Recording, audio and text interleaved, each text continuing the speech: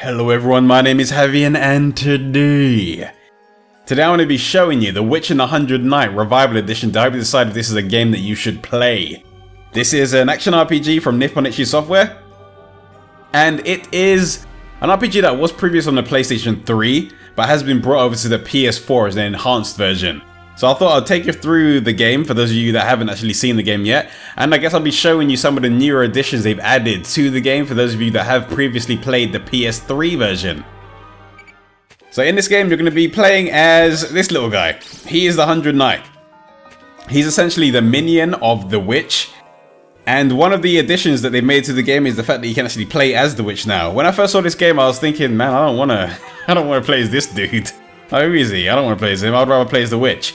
But they have given you a way to control the witch, but I'll get into more details about that later on because it is a certain area that you'll be able to use her in. You won't be able to use her everywhere. So I'm going to go ahead and show you what you can do in this game.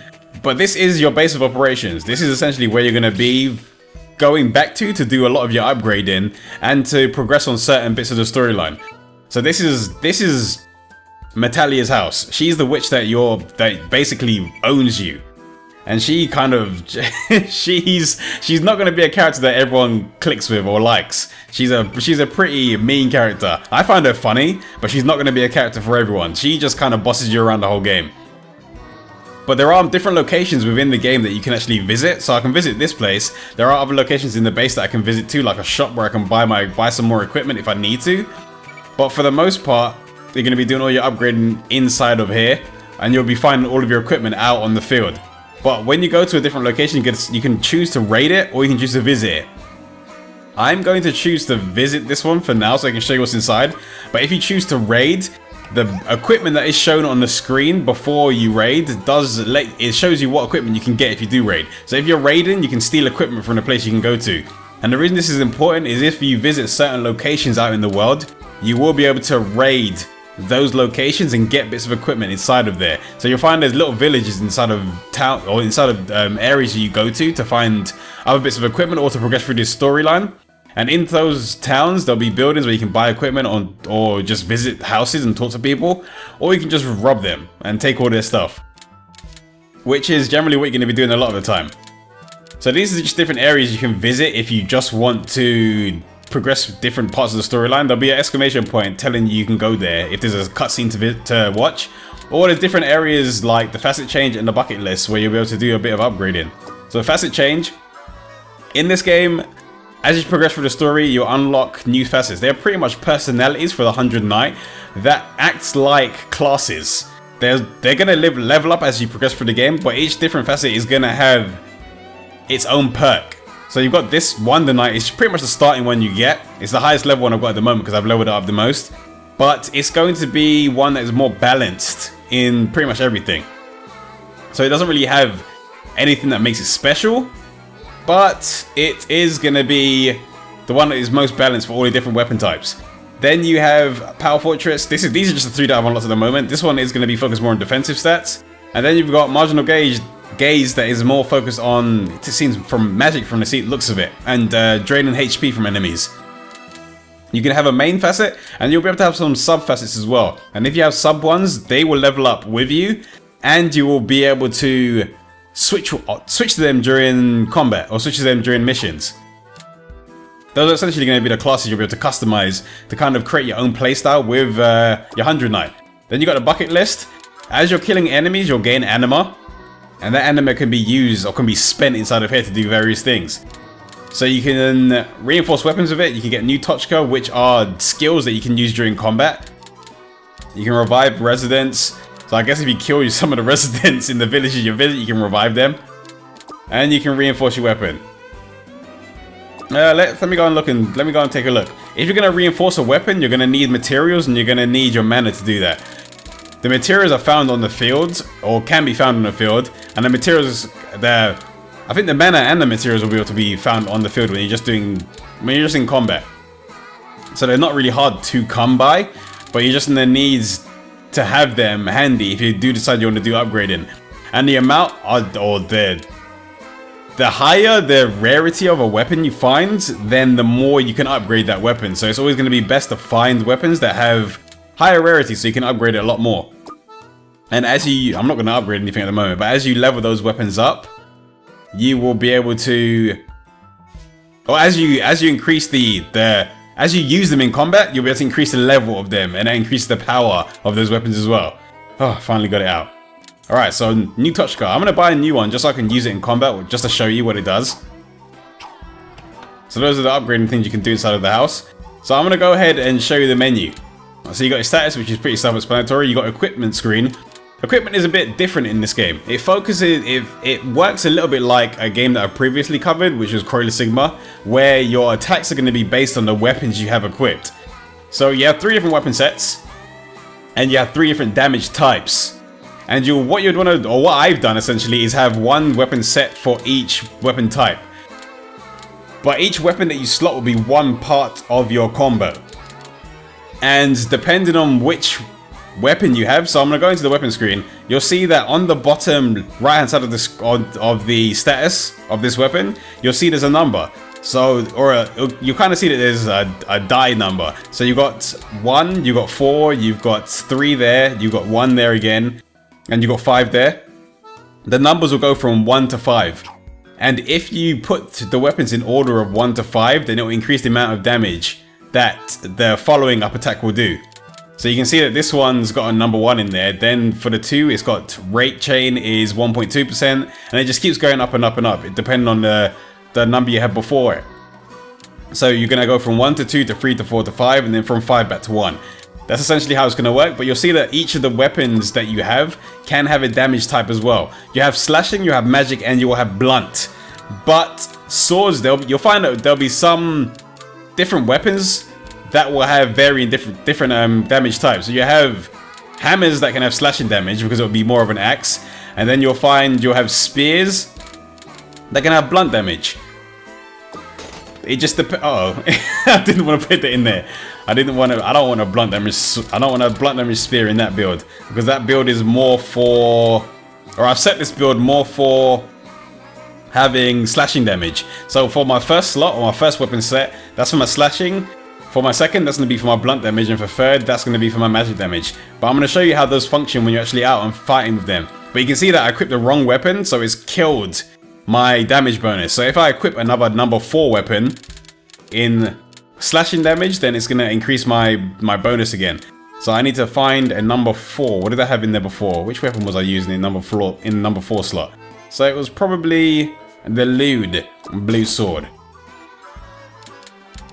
There we go. So I've got my number 4 slot, and I've got my damage bonus back up. That's probably not the weapon I had before, but hey, it works. I'm going to put it in there. Then you've got different accessories and armor you can slot in, and I'm wearing pink undies. Don't mind that. They're items that you can get from killing enemies, and you can use them as armor. Then you have Tochka. They're going to be skills that you can use during, or use out in the field, I should say, or you can use them in combat. So you've got Time Bomb that can damage enemies or destroy walls. Then you have the Komio. The Komimo. I think. It's a trap that attracts enemies. It's almost like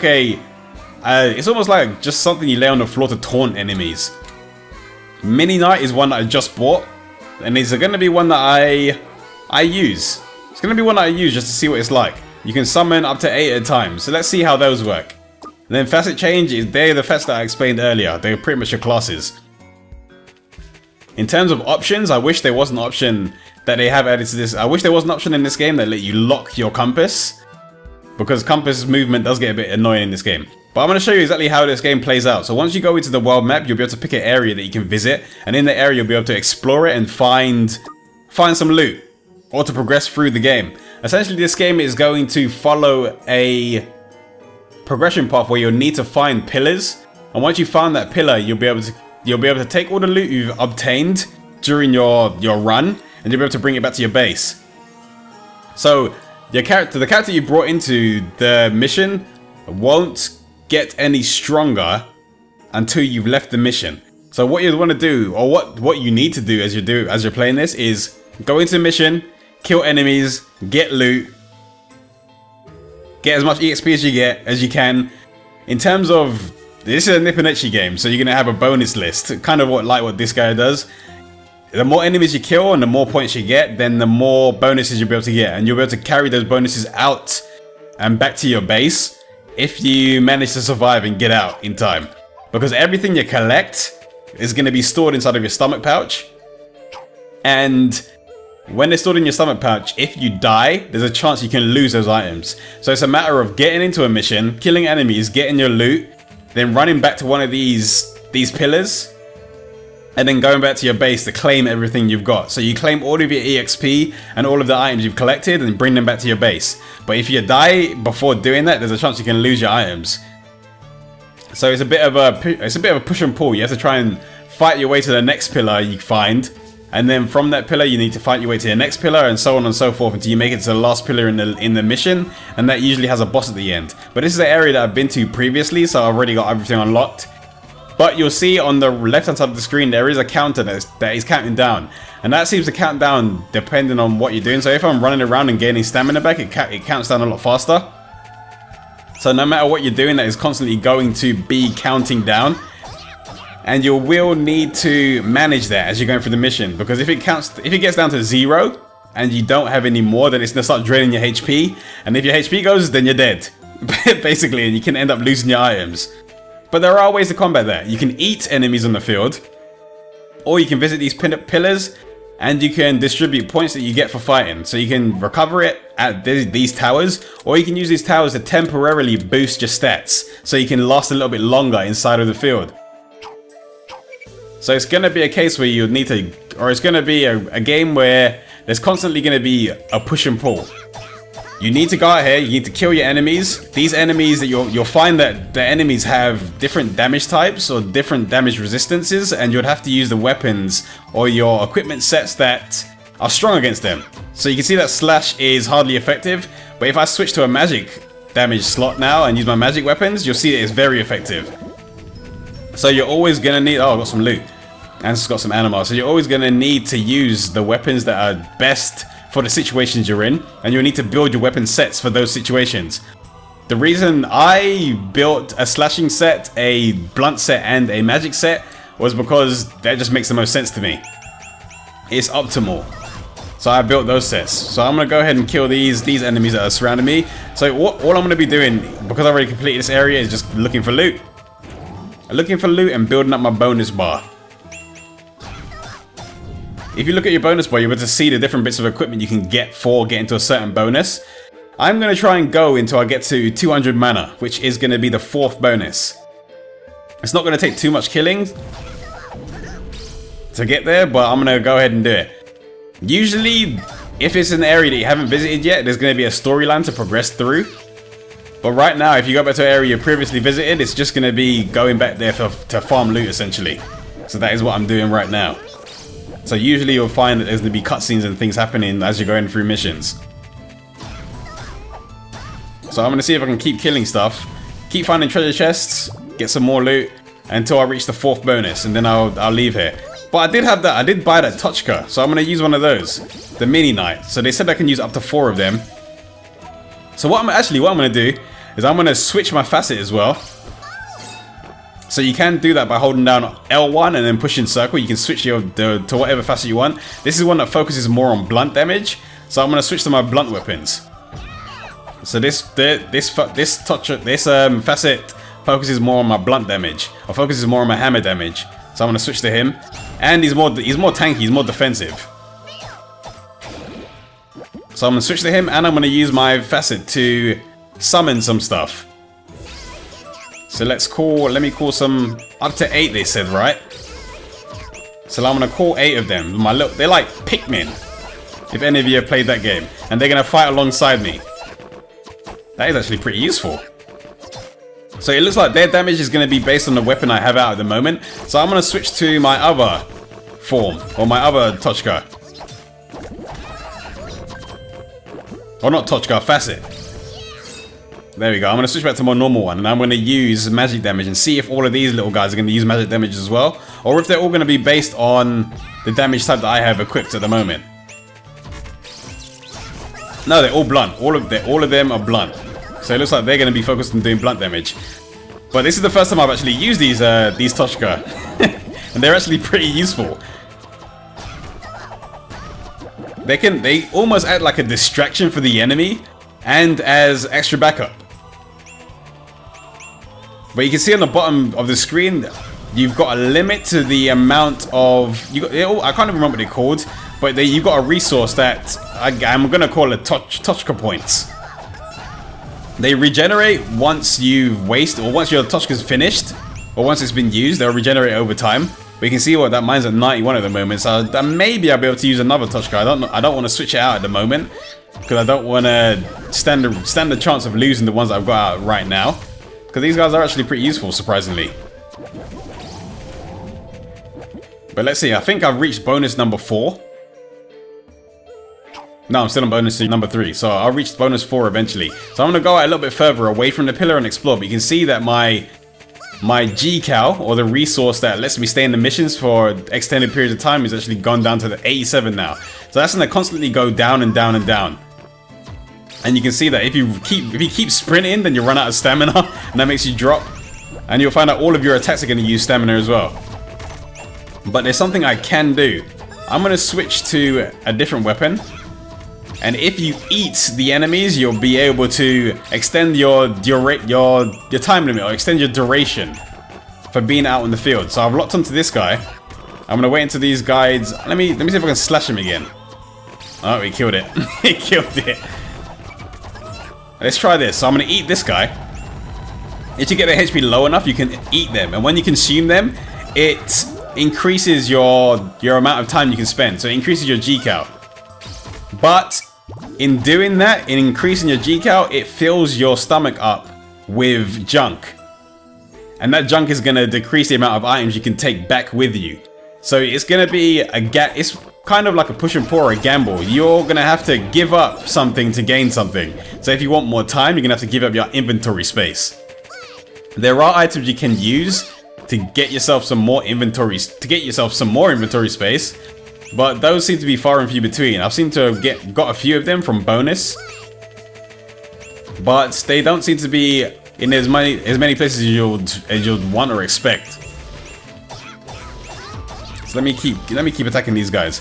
There's something I should show you though. I'm gonna try and get hit, because if I do get hit by the enemy and I dodge at the right timing, the time will slow down. Nope. Oh man, all of us took damage. She killed like all of them. If I do manage to evade at the right time, then you'll find, let me see if I can actually do it. Then you'll find that time slows down. And when time slows down, you'll be able to get a few hits, free hits from the enemy. It's kind of like what Platinum games do with their games or with their attacks. Oh, and it looks like you can get the enemies to hit other enemies as well. So I'm getting these guys to get hit. So time does slow down if you manage to dodge at the right time. And you'll be able to get a few extra free hits in on the enemy. But let me see. Let me kill these enemies so I can actually aim for these guys a little bit better. There's too many things jumping in because I'm making it hard for me to evade. Alright, so I've got one enemy there. I got this one guy. Let me see if I can dodge him. There we go. So I've dodged and it's giving me slow-mo so I can fight while everything else around me is slowed down. But you can kind of get an indication of when the enemy is going to attack, because you'll see a little icon pop up above their head, showing you just when they're about to launch their attack. So let's see. See if I can get one of the enemies to do it. This one, oh, they do ranged attacks, so it might be a little bit harder for me to dodge those ones. Let's see.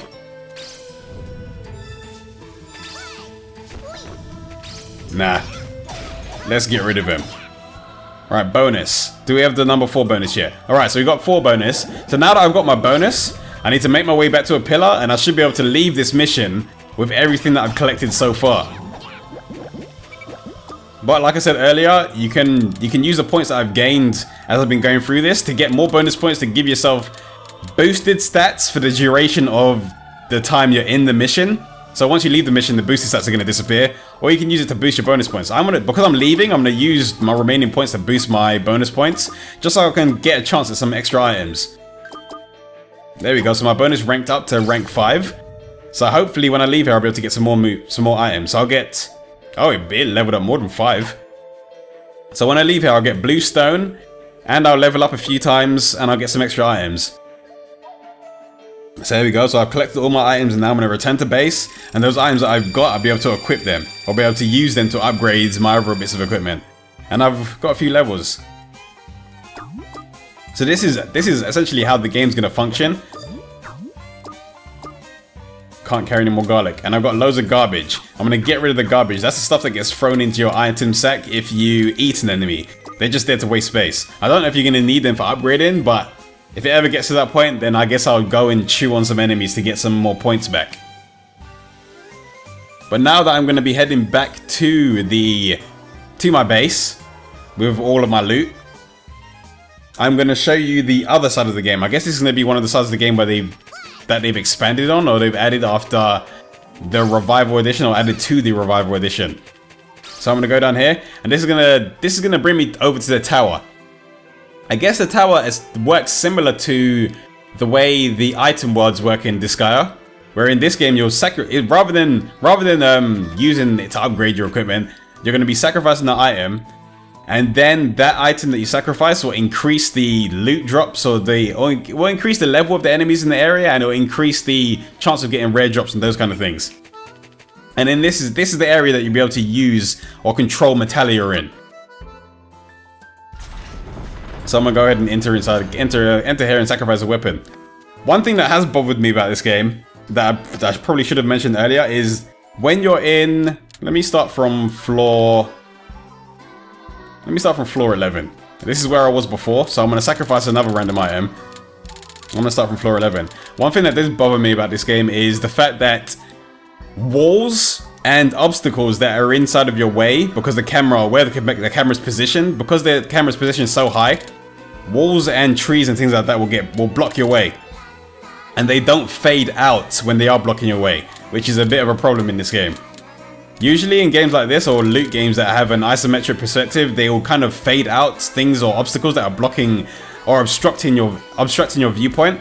But they don't do it in this game. It baffles me. I don't understand why. You can move the camera, but there is no way to control camera speed, so the camera will move around really slow. So I'm gonna pick this weapon. This gorgeous hammer.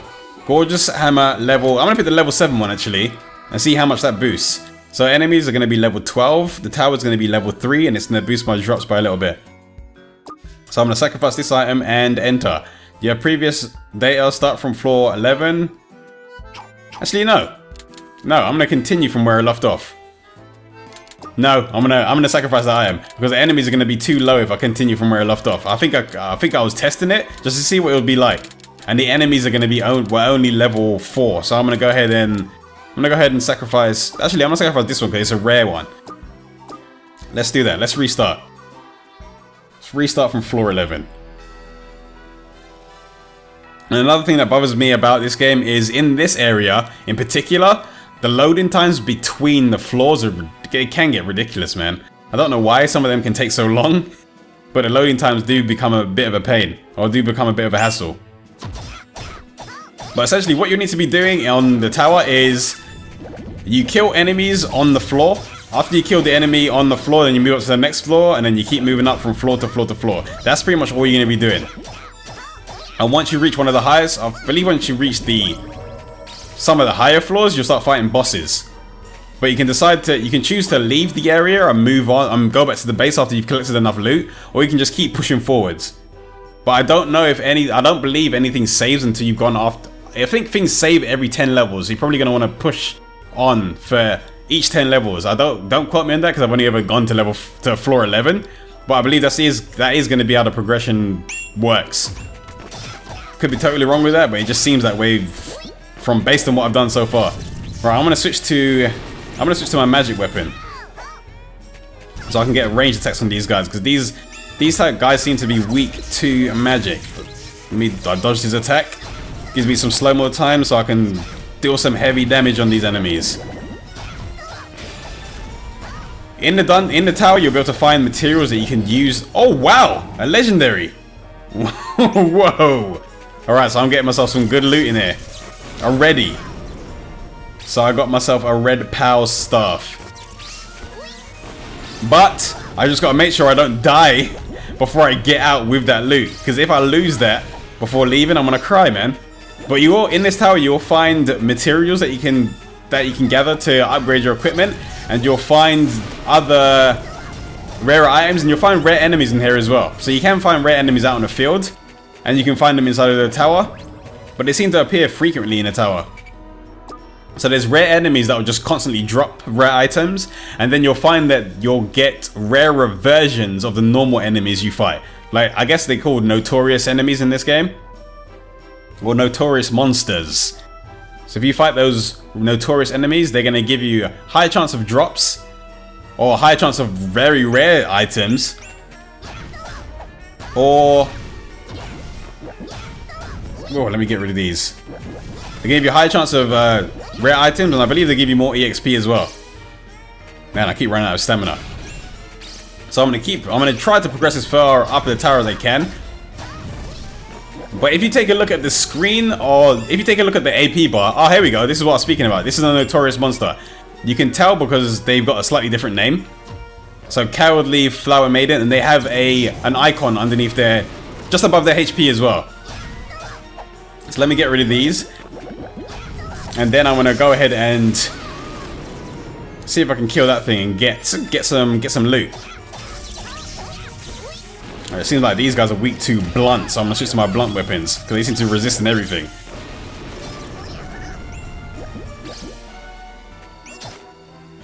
And then I'm gonna focus on this guy. Alright, so let's drop some loot. Is it any good? Yeah! It's an epic Rune Greed Spear. So you're getting some... because I sacrificed a pretty high level item, I'm starting to get a lot of higher level items as well. So the weapon you sacrifice is gonna influence the kind of loot you get from being inside of the tower. Which is something people that are very fond of loot gathering are probably going to want to try out. Like me, I love loot. And this game is giving me loot.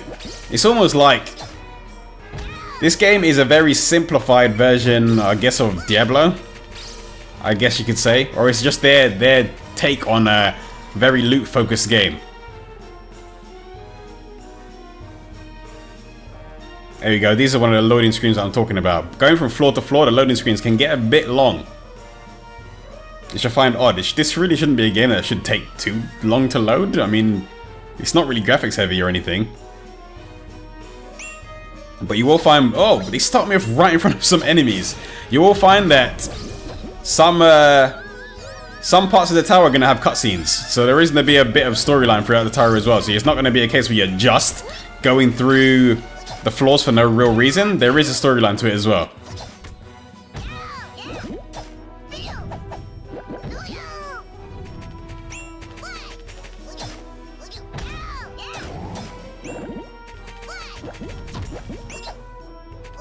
So let me try and get rid of all these enemies. And now you can see that underneath my AP, and I guess I should have mentioned this earlier, but AP just lets you do a more powerful version of an attack if you push triangle, and it's going to be used when you use your dodge. It consumes power when you use your dodge. So let me get my mini knights. Those mini knights could probably be very useful in this tower. So I'm going to do triangle.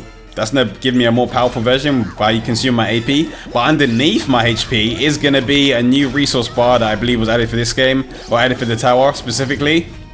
And that is so you can summon Metallia, which is the witch in this game. She's your boss.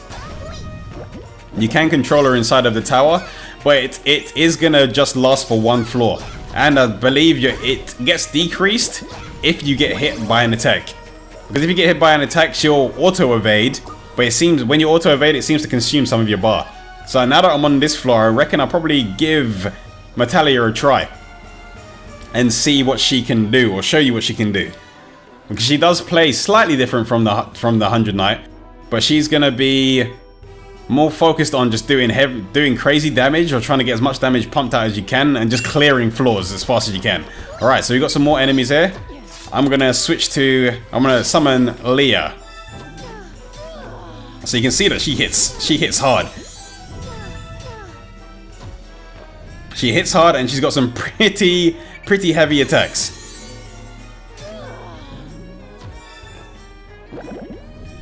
And if I push triangle, then I'll be able to do some of her special magic, or some of her harder hitting spells.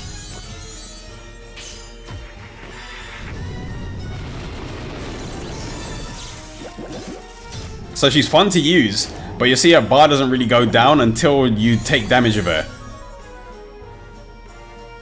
Or if you keep wasting her skills that consume resource.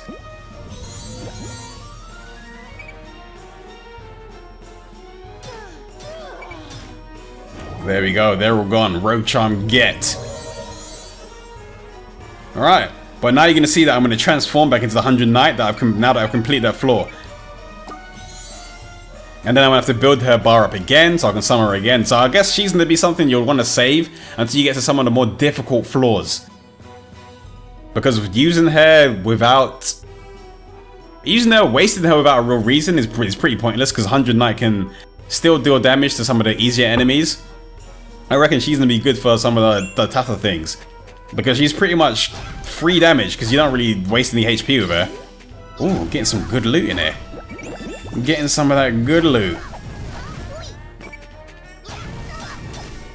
But you can see now, each one of my weapon swings are going to be a different weapon that I've assigned to my slots. So you've already seen that I've got multiple weapons assigned to these slots. And you'll see that every time I swing my weapon, every time I swing an attack, it's going to pull out a different weapon. Depending on the set that you've got equipped. So at the moment I'm using my magic set. So I'm using a few magic attacks and I'll break out a spear that is focused more on magic damage than anything. Oh wait, I think these are the enemies that drop panties. Yep, they're the enemies that drop them panties. So I'm gonna set my trap. If you get their HP down low enough, you can capture them. And if you capture them, it forces them to drop an item. So let me see if I can do this without killing them. Let me see if I can get them low enough without them dying. Alright, I can do one more hit maybe? Maybe one more. I just want to make sure that their HP is low enough. I think the HP needs to be like 10% before you're allowed. Alright, there we go. So I'm going to see if I can capture him. Ooh, man. Wrong button. I almost killed it. Alright, step into the trap. Get caught. And she's dropped some pink undies. They actually sell for quite a bit, so you're probably going to want to farm some unders. Some unders? You're going to probably want to go farm some undies if you want some money. Let's just call them unders for now. Just farm them unders. Because they do actually sell for quite a bit. Because money isn't... Surprisingly, money isn't the easiest thing to come by in this.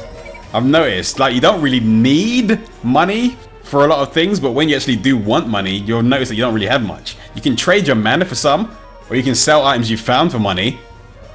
But for the most part, I haven't really found a good use for them, apart from buying a few items here and there. But if you do need them, it's pretty hard to come by, unless you farm yourself some panties.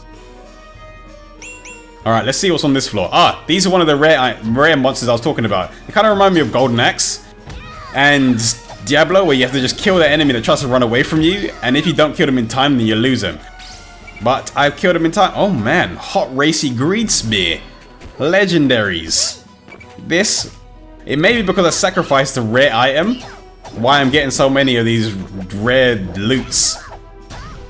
But how many more item slots do I have available? Right, I've got quite a few item slots still open, so I don't need to worry too much about what I've been collecting right now.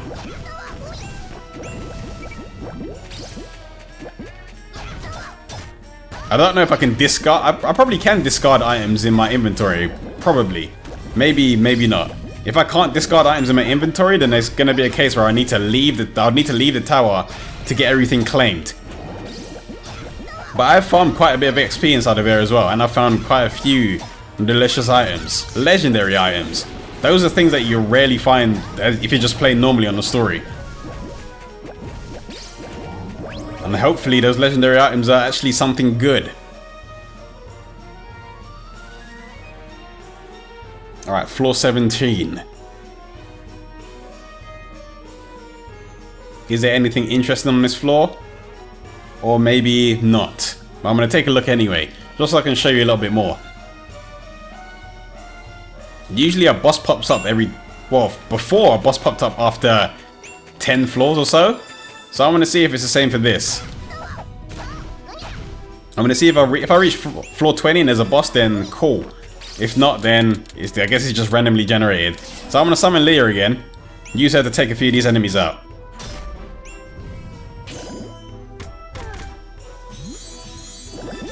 But man, I need to stop taking hits because it's making her time out go down. Oh, legendary. Or epic, I mean.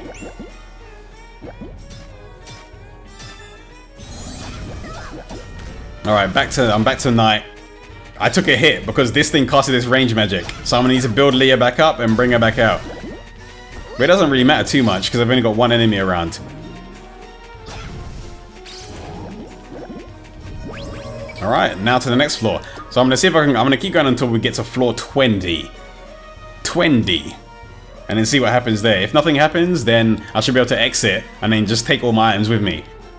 But man, if I get to floor 20 and die to a boss and lose all of my epics and legendaries, I'm gonna cry. But essentially, this is pretty much all there is to the game. There is a storyline to it, but this is the main bulk of it. This is all you're going to be doing. So if you're someone that doesn't like grinding, then this game is probably not going to be something for you. It's probably not going to be something you're going to be too interested in.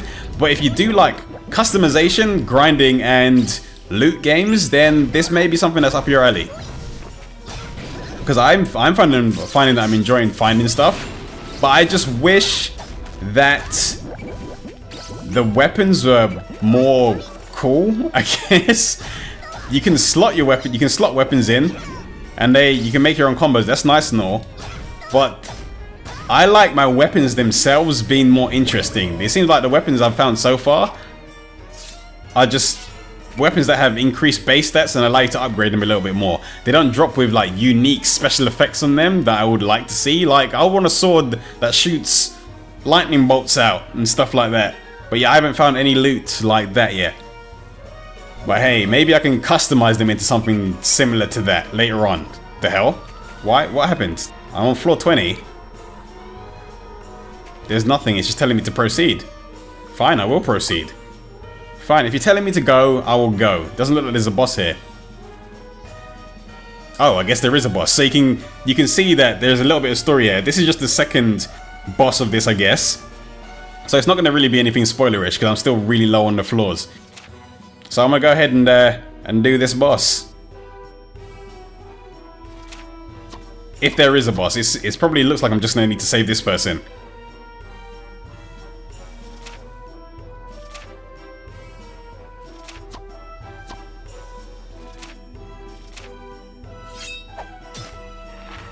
But I don't know if they're going to fight me. Oh, no, they're not. I guess this is almost like an alternate version of the main storyline, because a lot of the stuff that happens in the main storyline is kind of happening like right now, but in a very different way. But I'm gonna go ahead and see what happens with this, or what becomes of this.